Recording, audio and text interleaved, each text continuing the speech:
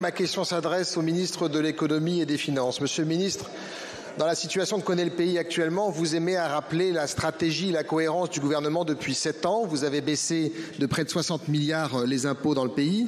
Vous vous êtes privé de 60 milliards de recettes avant même de vous attaquer aux dépenses. À l'époque, ça n'était pas la question des déficits votre priorité.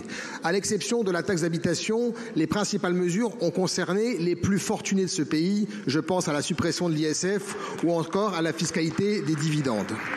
Vous l'avez fait au prétexte que le prélèvement obligatoire, le taux de prélèvement obligatoire est l'un des plus élevés dans le monde. Vous l'avez fait en nous disant que c'était notre devoir. Aujourd'hui, le taux de prélèvement en France reste l'un des plus élevés du monde. Vous avez donc échoué sur la question de la pression fiscale. En plus de cela, vous avez créé de manière abyssale une dette que personne ne peut nier aujourd'hui. Nous, le groupe Lyot, avons fait un certain nombre de propositions pour plus de justice fiscale il y a maintenant près d'un an. Je ne reviendrai pas sur les propositions de baisse de dépenses puisque ce n'est pas le sujet du jour, même si nous en avons fait un certain nombre. Je veux revenir sur les recettes parce que de l'avis de tout le monde et du président de la République, c'est là que le bas blesse. Ma question, monsieur le ministre, est donc simple.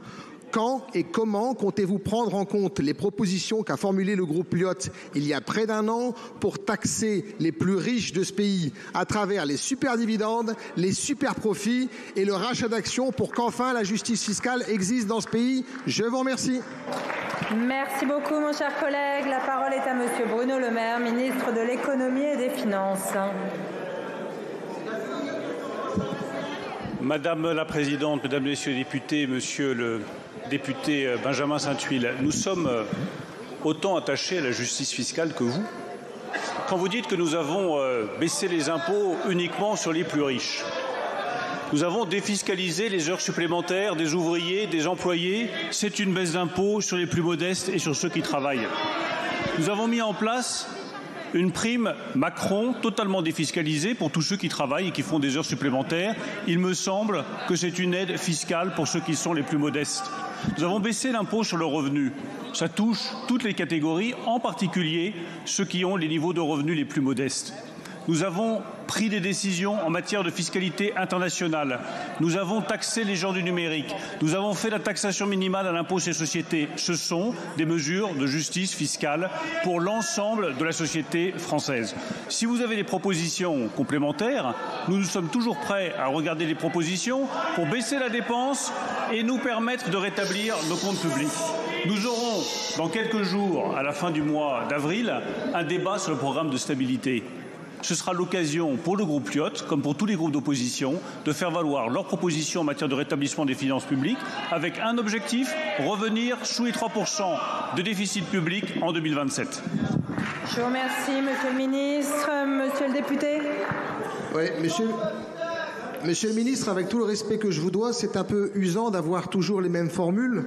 Vous nous faites, avec un peu de mépris, le retour sur nos propositions. Les propositions de super dividendes, de rachat d'actions, ce n'est pas des propositions bolcheviques. Elles viennent même de vos rangs de la majorité à travers le MoDem. Donc à un moment donné, il faut pouvoir les mettre sur la table.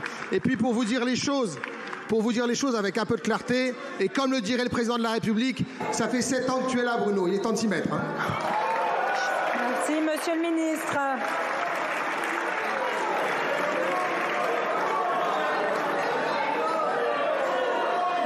Allez, un peu de silence. Un peu de silence, monsieur le ministre, vous avez la parole. Je vous redis, monsieur le député, que depuis 7 ans, nous suivons une ligne de politique économique qui donne les résultats que vous connaissez. Je vous redis.